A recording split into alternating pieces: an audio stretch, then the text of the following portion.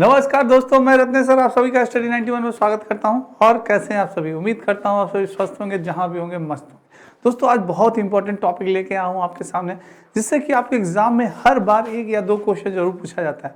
दोस्तों आज आपके टॉपिक का नाम है शिक्षा मनोविज्ञान। तो दोस्तों शिक्षा मनोविज्ञान की उत्पत्ति कैसे हुई, शिक्षा मनोविज्ञान का सर्वप्रथम थॉट्स किसने प्रस्तुत किया, दोस्तों इन सारे विचारों के बारे में आज जानेंगे। दोस्तों आइए दोस्तों, एक बार वीडियो को ज़्यादा ज़्यादा लाइक कर दीजिएगा और एक बार शेयर कर दीजिएगा। दोस्तों आइए स्टार्ट करते हैं। दोस्तों मेरे सभी बच्चों को राधे राधे, जय श्री कृष्ण। दोस्तों आइए दोस्तों स्टार्ट करते हैं। ये आपके स्टडी 91 में कुछ दोस्तों इन्फॉर्मेशन दी गई है। बैचेस स्टार्ट हो चुके हैं हिंदी का, UP TET, super TET, UP police constable, PCS NET का। दोस्तों आप सभी ज्वाइन कर सकते हैं, नंबर दिया गया है।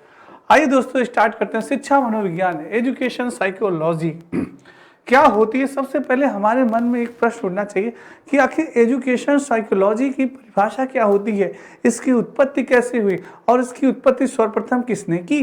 तो दोस्तों शिक्षा यानी कि मनोविज्ञान का शाब्दिक अर्थ होता है, मनोविज्ञान का शाब्दिक अर्थ होता है दोस्तों मन का विज्ञान। क्या होता है? मनोविज्ञान का शाब्दिक होता है तो मन का विज्ञान, यानी कि वह विज्ञान जिसके द्वारा मन और विभिन्न पहलुओं एवं विकारों का अध्ययन किया जाता है, उसे क्या कहा जाता है? मनोविज्ञान कहा जाता है। दोस्तों सर्वप्रथम मनोविज्ञान का अध्ययन किसने किया था? तो दोस्तों सर्वप्रथम मनोविज्ञान की उत्पत्ति, हमारे प्रश्न उठना चाहिए कि सर्वप्रथम मनोविज्ञान की उत्पत्ति कहाँ से हुई, उत्पत्ति कहाँ से हुई? तो दोस्तों ये माना जाता है कि सर्वप्रथम मनोविज्ञान की उत्पत्ति हुई दर्शन शास्त्र से। कहाँ से हुई दोस्तों? दर्शन शास्त्र से हुई। किससे हुई? दर्शन शास्त्र से। दर्शन शास्त्र इन द सेंस दोस्तों फिलॉसफी से। कहाँ से? फिलॉसफी से दोस्तों, यानी कि मनोविज्ञान की सर्वप्रथम उत्पत्ति हुई दर्शन शास्त्र से दोस्तों। और किसने की थी? किसने की थी दोस्तों? अरस्तु ने। किसने की थी? अरस्तु ने की थी दोस्तों। किसने की थी? अरस्तु ने की थी दोस्तों। तो ये जानते हैं अंग्रेजी में मनोविज्ञान के लिए साइकोलॉजी शब्द का प्रयोग किया गया है। यानी अंग्रेजी में दोस्तों मनोविज्ञान के लिए क्या शब्द प्रयोग किया जाता है? साइकोलॉजी। आइए जानते हैं साइकोलॉजी का अर्थ क्या होता है। साइकोलॉजी शब्द ग्रीक भाषा के साइकी और लोगस से मिलकर बना हुआ है दोस्तों। किसके? साइकी और लोगस से मिलकर बना हुआ है, जिसका साइकी शब्द का अर्थ होता है आत्मा और लोगस शब्द का अर्थ होता है अध्ययन। यानी कि दोस्तों आत्मा का अध्ययन ही क्या कहलाता है? आत्मा का, यानी कि दोस्तों आत्मा का अध्ययन ही कहलाता है, आत्मा का अध्ययन ही कहलाता है, आत्मा का अध्ययन ही कहलाता है मनोविज्ञान। दोस्तों क्या होता है? आत्मा का अध्ययन ही क्या कहलाता है? मनोविज्ञान कहलाता है। अतः साइकोलॉजी शब्द का अर्थ है आत्मा का अध्ययन। विलियम वुंट को मनोविज्ञान का जनक कहा जाता था। क्यों कहा जाता था, अभी इसके बारे में आगे हम लोग जानते हैं दोस्तों। वो आत्मा का विज्ञान सर्वप्रथम दोस्तों जो हमारा मनोविज्ञान था, उसने कहा कि आत्मा, अगर मानव का अध्ययन आपको करना है तो सर्वप्रथम आपको आत्मा का अध्ययन करना पड़ेगा। दोस्तों मनोविज्ञान में यानी कि साइकोलॉजी से हम मानव का अध्ययन करते थे, मन के अध्ययन करते थे, मानव के विचारों का अध्ययन करते थे, मानव की अवस्थाओं का अध्ययन करते थे, मानव की क्रियाओं का अध्ययन करते थे। और तब अरस्तु ने बताया कि अगर आपको मानव का अध्ययन करना है तो सर्वप्रथम उसकी आत्मा का अध्ययन करना पड़ेगा। और उन्होंने विचार दिया आत्मा का विज्ञान। किसका? साइंस ऑफ सोल दोस्तों, यानी कि आत्मा का विज्ञान। 16वीं शताब्दी में यह प्रारंभ हुआ। 16वीं शताब्दी में दोस्तों अरस्तु, प्लेटो एवं डेकार्ट समर्थक करता कौन कौन थे दोस्तों? अरस्तु थे, प्लेटो थे, डेकार्ट थे। आदि यूनानी दार्शनिकों द्वारा, कहाँ के थे? यूनानी दार्शनिकों के द्वारा मनोविज्ञान को आत्मा का विज्ञान कहा गया। इनके द्वारा क्या कहा गया दोस्तों? मनोविज्ञान को आत्मा का विज्ञान कहा गया। जो दोस्तों प्लेटो थे, ये अरस्तु के क्या थे? ये अरस्तु के शिष्य थे। प्लेटो कौन थे? ये अरस्तु के शिष्य थे। और इन्होंने अपने गुरु का पूरा समर्थन किया और इन्होंने भी माना कि हाँ मनोविज्ञान को आत्मा का विज्ञान कहा जाता है। उन्होंने क्या कहा? परंतु आत्मा क्या है, इसका स्वरूप कैसा है, इसका अस्तित्व कैसा है, अर्थात आत्मा को देखा जा सकता है, आदि प्रश्नों का उत्तर देने में मनोविज्ञान की इस परिभाषा से वो क्या हुए? असमर्थ हो गए और असमर्थ पाया गया। अतः मनोविज्ञान को इस अर्थ को अस्वीकार कर दिया गया दोस्तों। यानी कि अरस्तु मनोवैज्ञानिकों का मानना था कि अगर आप कह रहे हैं कि जो मनोविज्ञान है वो आत्मा का विज्ञान है, तो उसका प्रमाण क्या है? विज्ञान क्या होता है दोस्तों? विज्ञान वो होता है जिसका कि हमारे पास प्रत्यक्ष प्रमाण हो, जिसको हम सिद्ध कर सकें, जिसका हम प्रयोग कर सकें। विज्ञान वही कहलाता है जिसका हमारे पास प्रमाण हो, पुख्ता प्रमाण हो कि हाँ ये पुख्ता प्रमाण है। तो दोस्तों ये हमारे आत्मा का यानी कि कोई प्रमाण था? आत्मा तो अमूर्त है ना दोस्तों, यानी कि अमूर्त यानी कि जो चीजें दिखाई न दे, अमूर्त जो चीजें दिखाई दे। आत्मा तो अमूर्त है, तो आत्मा का प्रमाण कहां से आप प्रस्तुत कर सकते हैं? तो आप कैसे कह सकते हैं ये आत्मा का विज्ञान है? विज्ञान तो प्रमाण मांगता है, प्रमाण अगर नहीं है तो ये आत्मा का विज्ञान नहीं है। इस प्रकार से दोस्तों मनोवैज्ञानिकों ने इसको असमर्थ कर दिया और इसको असमर्थ और इसको अस्वीकार कर दिया। फिर एक महान आत्मा है दोस्तों, कौन है? उन्होंने कहा आत्मा का विज्ञान मनोविज्ञान नहीं है बल्कि मन का विज्ञान है, साइंस ऑफ माइंड। और मन का विज्ञान या इसे मस्तिष्क का विज्ञान भी कहा जाता है दोस्तों। क्या? मस्तिष्क का विज्ञान भी कहा जाता है, मस्तिष्क का विज्ञान, मस्तिष्क का विज्ञान, मन का विज्ञान, साइंस ऑफ माइंड। 17वीं शताब्दी में दोस्तों, 17वीं शताब्दी के मनोविज्ञान ने मनोविज्ञान को मन या मस्तिष्क का विज्ञान के रूप में परिभाषित किया। कौन थे दोस्तों? मन मनुष्य की भावनात्मक ऊर्जा को संचालित करता था, तो मन का विज्ञान दिया दोस्तों पोम्पोलॉजी ने। किसने दिया? पोम्पोलॉजी ने। पोम्पोलॉजी ने कहा कि मन का विज्ञान क्या है? मस्तिष्क का विज्ञान है। मन का विज्ञान क्या है? मस्तिष्क का विज्ञान है। मन मनुष्य की भावनात्मक ऊर्जा को संचालित करता है, परंतु मन दिखता नहीं। वही बात इनमें भी दोस्तों समस्या इनके पास भी उत्पन्न है। क्या किसी ने मन को देखा है? मन भी क्या है? अमूर्त है। भाई आपने मन को देखा, आपका मन किस प्रकार का है? नहीं देखा आपने। उसका कोई जैविक अस्तित्व है? नहीं है, उसका कोई जैविक अस्तित्व नहीं है। कोई भी विद्वान मन की प्रकृति एवं स्वरूप का निर्धारण करने में सफल नहीं हो सका। फलस्वरूप मनोविज्ञान के इस अर्थ को भी स्वीकार नहीं किया जा सका। दोस्तों आपके मन के विज्ञान का यानी कि मनोविज्ञान, साइकोलॉजी,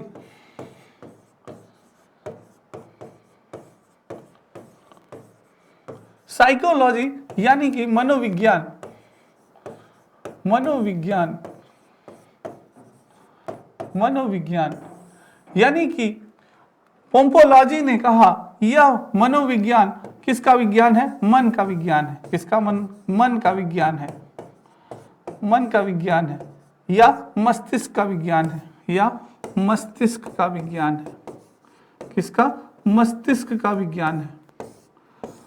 मन या मस्तिष्क का विज्ञान है। किसने कहा था? पोम्पोलॉजी ने कहा था। किसने कहा था दोस्तों? पोम्पोलॉजी ने कहा था।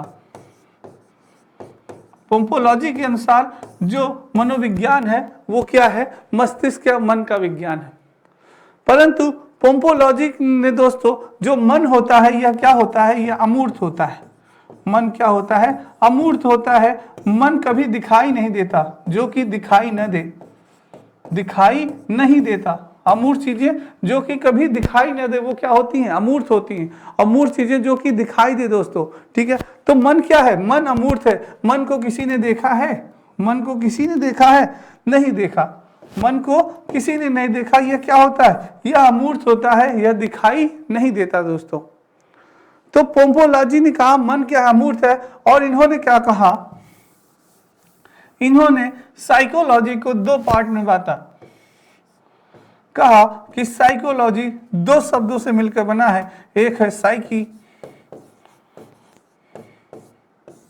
दूसरा है लॉगस, दूसरा है लोगस। और इन्होंने क्या माना? साइकी का अर्थ होता है मन और लोगस का अर्थ होता है अध्ययन। यानी इन्होंने कहा कि मन का अध्ययन ही क्या है? मनोविज्ञान है। अरस्तु ने क्या कहा? आत्मा का अध्ययन। अरस्तु ने क्या कहा? साइकी का अर्थ माना आत्मा, तो और इसका अध्ययन ही, इसका क्या था? अध्ययन ही था। यानी कि अरस्तु के हिसाब से आत्मा का अध्ययन क्या है? मनोविज्ञान है। और पोम्पोलॉजी के अनुसार मन का अध्ययन ही क्या है? मनोविज्ञान है।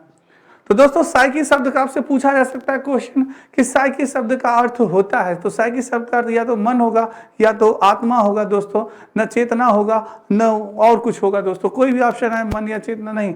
मन का अध्ययन करना ही क्या है? साइकोलॉजी है या आत्मा का अध्ययन। साइकी का अर्थ मन होता है या तो आत्मा होता है दोस्तों, बस ये जानिएगा। और मन का मनोवैज्ञानिक समर्थक कौन थे? पोम्पोलॉजी थे। मस्तिष्क या मन का विज्ञान बताया पोम्पोलॉजी ने। तो दोस्तों ये है। नेक्स्ट तो मनुष्य की भावनात्मक ऊर्जा को संचालित करता है, परंतु मन दिखता नहीं। कोई भी विद्वान मन की प्रकृति एवं स्वरूप का निर्धारण करने में सफल नहीं हो सका, फलस्वरूप मनोविज्ञान की शर्त को भी स्वीकार नहीं किया जा सका। अब दोस्तों ये दोस्तों आपके स्टडी 91 में कुछ पुस्तकें दी गई हैं अपनी हिंदी और वीडियो, पेट कॉम्बो, पेट बुक, RO आप ये पुस्तकें ले सकते हैं, फ्री डिलीवरी है दोस्तों, कहीं भी।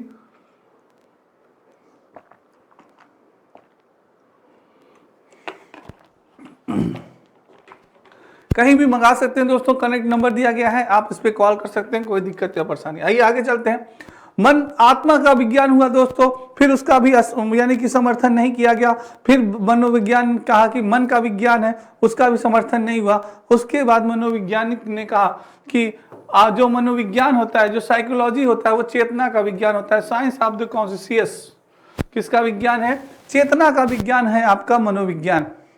साइकोलॉजी किसका विज्ञान है? साइंस ऑफ कॉन्शियस दोस्तों, यानी कि चेतना का विज्ञान। 16वीं से 19वीं शताब्दी तक मनोविज्ञान के अर्थ परिवर्तन होते रहे।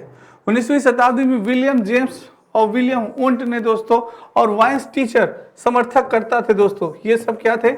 समर्थक करता थे। कौन कौन थे? विलियम वुंट ने दिया था दोस्तों यह, और विलियम वुंट के समर्थक करता थे विलियम जेम्स, वाइंस टीचर आदि दार्शनिक ने मनोविज्ञान को चेतना के विज्ञान के रूप में परिभाषित किया, और अचेतन मन और अचेतन मन का भी विश्लेषण इन विद्वानों ने ही नहीं किया था दोस्तों। तो यानी कि जो विलियम वुंट थे, उन्होंने कहा कि चेतना का विज्ञान है, चेतना या संवेदना का विज्ञान है। किसका?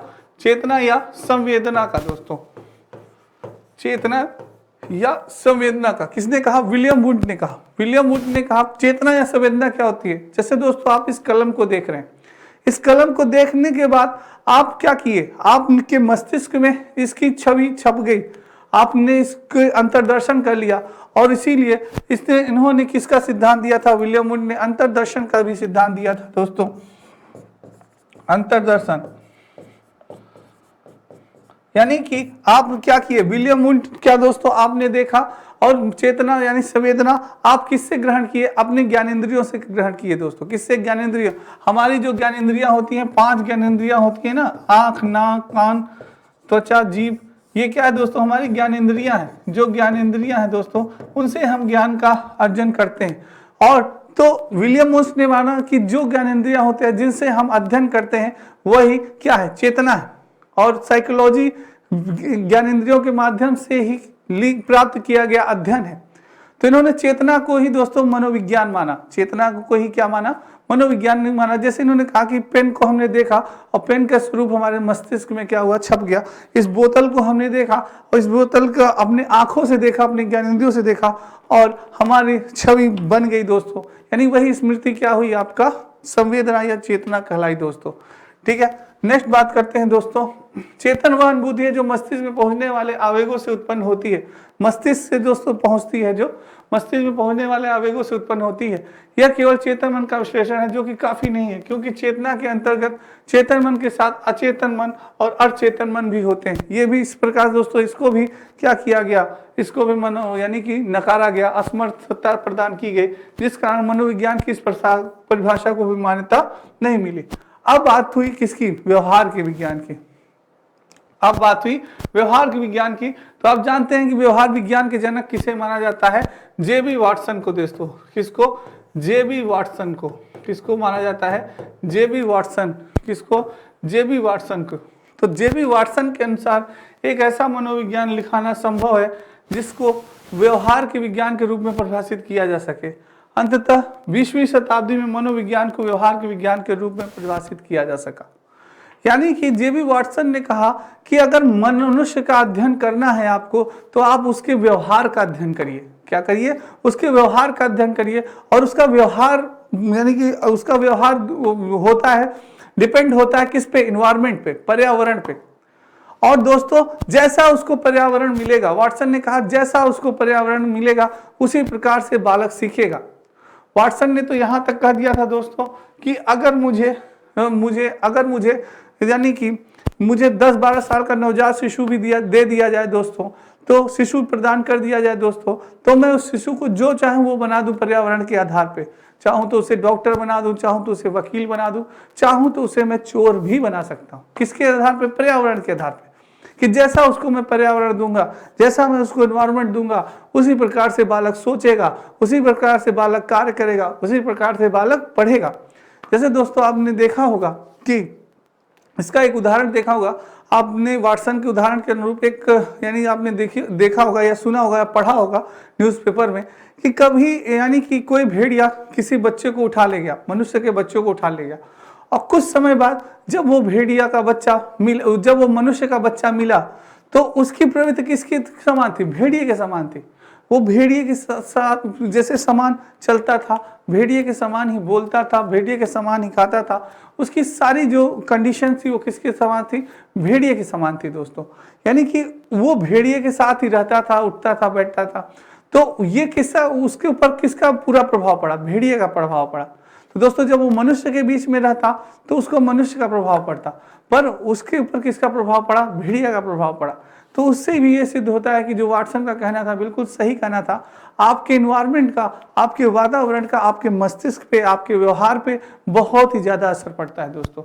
वाटसन के अलावा वुडवर्थ दोस्तों, वुडवर्ड, हल और स्किनर आदि ने इस अर्थ के प्रबल समर्थक के थे दोस्तों, तथा वर्तमान में मनोविज्ञान की इसी अर्थ को स्वीकार किया गया। वर्तमान में दोस्तों व्यवहार के विज्ञान को ही कहा गया कि यही मनोविज्ञान है।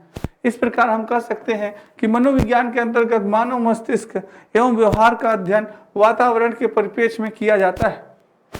मनोविज्ञान समस्त व्यवहारों का अध्ययन करता है। मनोविज्ञान क्या करता है दोस्तों? समस्त व्यवहारों का अध्ययन करता है। बालक के व्यवहार का अध्ययन करता है, किशोरों के व्यवहार का अध्ययन करता है, शैशवावस्था के बालकों का अध्ययन करता है, समस्त मानव व्यवहार का अध्ययन करता है दोस्तों। ठीक है, ये दोस्तों आपके वीडियोग्राम विकास अधिकारी की नया बैच प्रारंभ, महाबचत ऑफर मात्र 1299 रुपये में आप सभी ज्वाइन कर सकते हैं।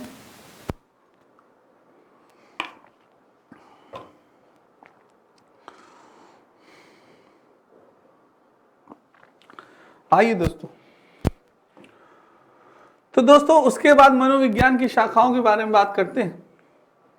दोस्तों उससे पहले थोड़ा सा जानते हैं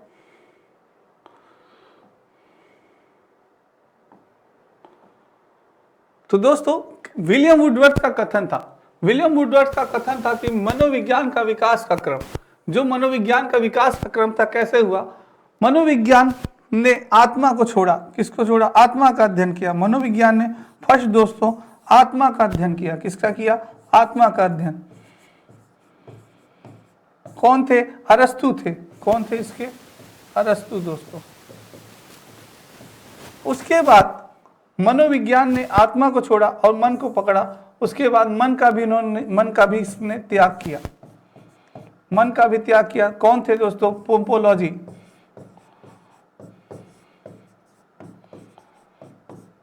पोम्पोलॉजी थे दोस्तों। कौन थे समर्थक? पोम्पोलॉजी थे। उसके बाद चेतना दोस्तों। चेतना के कौन थे? मन को त्यागा, फिर चेतना को पकड़ा और फिर चेतना को भी छोड़ दिया। चेतना के कौन थे दोस्तों? विलियम वुंट दोस्तों। और विलियम वुंट ही दोस्तों महान मनोवैज्ञानिक थे जिन्होंने प्रथम मनोवैज्ञानिक प्रयोगशाला बनाई। प्रथम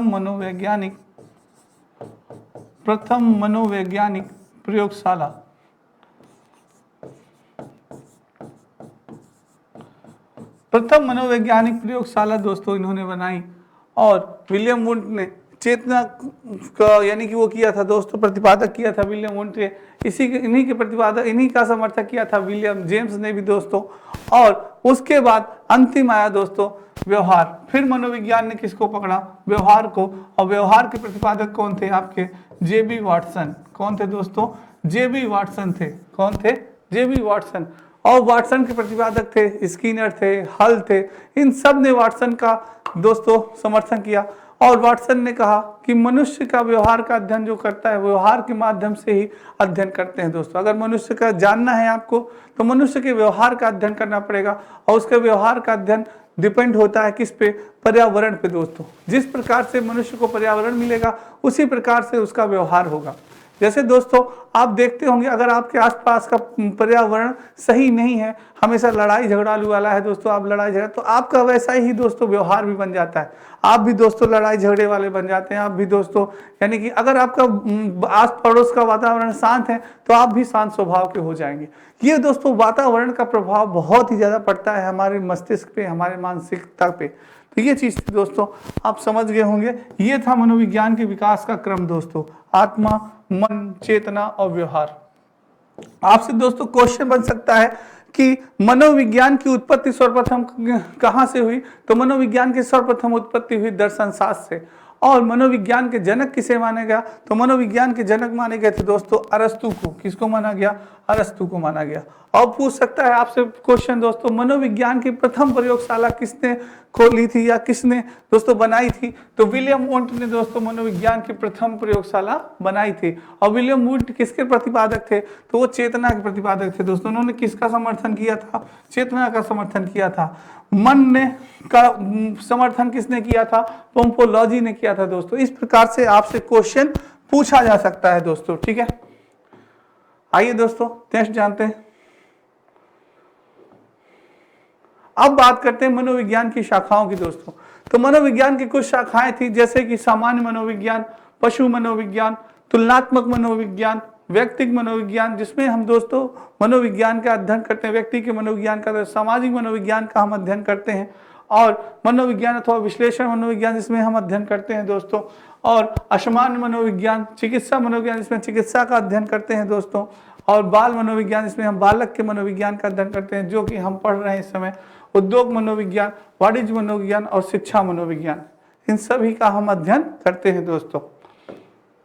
नेक्स्ट है दोस्तों शिक्षा मनोविज्ञान की बात की जाए। अब शिक्षा की बात करते हैं। शिक्षा मनोविज्ञान में मनोविज्ञान को व्यवहारिक शाखा है। मनोविज्ञान की एक क्या है दोस्तों? व्यवहारिक शाखा है। शिक्षा मनोविज्ञान दो शब्दों के योग से बना है। किसके? दो शब्दों के योग से बना है, शिक्षा और मनोविज्ञान। अतः इसका शाब्दिक होता है शिक्षा संबंधी मनोविज्ञान, यानी कि जो शिक्षा से संबंधित मनोविज्ञान होता है उसे क्या कहते हैं? शिक्षा मनोविज्ञान कहते हैं दोस्तों। जो हमारा मनोविज्ञान होता है वो शिक्षा से संबंधित होता है, और हमें बालक के मन के विज्ञान का पता करना होता है कि किस प्रकार से हम उसे शिक्षा प्रदान करें।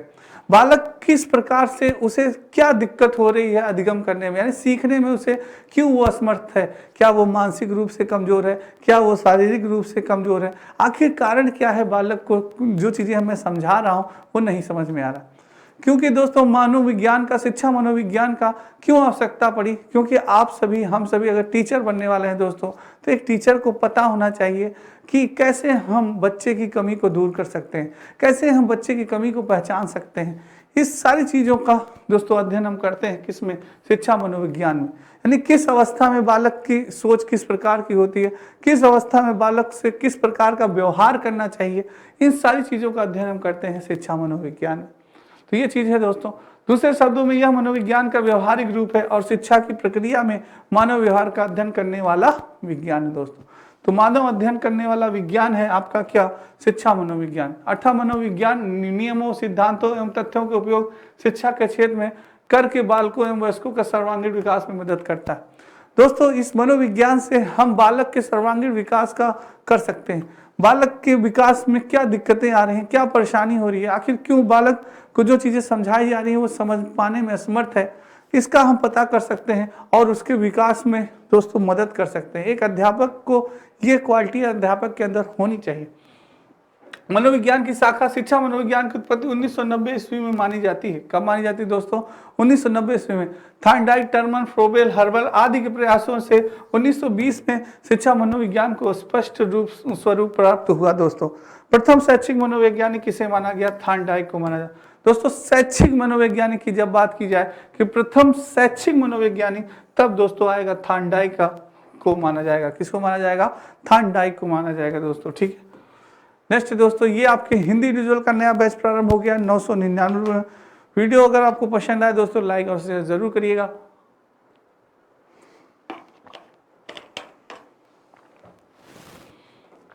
आइए दोस्तों नेक्स्ट, शिक्षा मनोविज्ञान की परिभाषा है दोस्तों। कई मनोवैज्ञानिकों ने दोस्तों अपने शब्दों में शिक्षा मनोविज्ञान की परिभाषा दी। आइए जानते हैं। सर्वप्रथम स्किनर ने क्या कहा।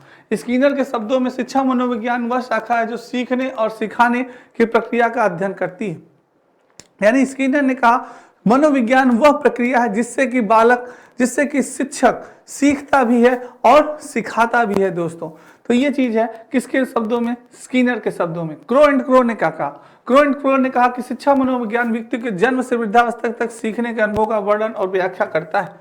क्रो एंड क्रो के अनुसार दोस्तों जो मनोविज्ञान होता है वह जन्म से लेकर वृद्धावस्था तक बालक सीखता है और सिखाता है, इन सब का अध्ययन करता है। किससे का व्याख्या करता है, जन्म से लेकर वृद्धावस्था तक। नेक्स्ट है पील के शब्दों में शिक्षा मनोविज्ञान शिक्षा का विज्ञान है। यानी पील ने कहा जो शिक्षा मनोविज्ञान है, जो एजुकेशन साइकोलॉजी है, यह क्या है, यह शिक्षा का विज्ञान है, यह एजुकेशन का साइंस है दोस्तों, यानी कि विज्ञान है। किसने कहा था, पील ने कहा था दोस्तों। नेक्स्ट है दोस्तों विलियम वुड का कथन था मनोविज्ञान के विकास का क्रम ये था दोस्तों, उनका कथन ये था। दोस्तों आज की ये दोस्तों स्टडी 91 में दोस्तों कुछ पुस्तकें दी गई हैं नितिन सर के द्वारा, जो कि बहुत ही इंपॉर्टेंट है। सारी पुस्तकें दोस्तों लिखी गई है, प्राचीन इतिहास, मध्यकालीन इतिहास, आधुनिक इतिहास, सामान्य हिंदी, भारतीय राज्य व्यवस्था, भारत का भूगोल, केमिस्ट्री, सारी पुस्तकें बहुत इंपॉर्टेंट। दोस्तों आज आपने शिक्षा मनोविज्ञान की उत्पत्ति हुई, शिक्षा मनोविज्ञान का इतिहास था, उसके बारे में जानकारी प्राप्त की, बहुत इंपॉर्टेंट है दोस्तों। जैसे शिक्षा मनोविज्ञान का अरस्तु ने कहा शिक्षा मनोविज्ञान आत्मा का अध्ययन है। और इसके बाद वन बाई वन दोस्तों सभी ने दोस्तों अपना थॉट प्रेजेंट की और अंत में शिक्षा मनोविज्ञान व्यवहार का अध्ययन माना गया। और व्यवहार पे ही दोस्तों जिसका समर्थन किया किसने, वाटसन ने किया, स्किनर ने किया, हल ने किया दोस्तों। इस प्रकार दोस्तों कई क्वेश्चन इससे बनते हैं, आपके 1 या 2 क्वेश्चन आपके हर एग्जाम में इस टॉपिक से आते हैं दोस्तों। तो इसलिए बहुत इंपॉर्टेंट टॉपिक है, एक बार ध्यान से देखिएगा, आपके लिए बहुत ही सहायक होगा दोस्तों। तो आज के लिए इतना ही। अगर आपको वीडियो अच्छी लगी हो तो एक बार लाइक और शेयर जरूर करिएगा दोस्तों, ठीक है। तो दोस्तों आज के लिए इतना ही, कल फिर मिलेंगे बहुत ही इंपॉर्टेंट टॉपिक के साथ। तब तक सभी बच्चों को राधे राधे, जय श्री कृष्ण दोस्तों और जय हिंद दोस्तों।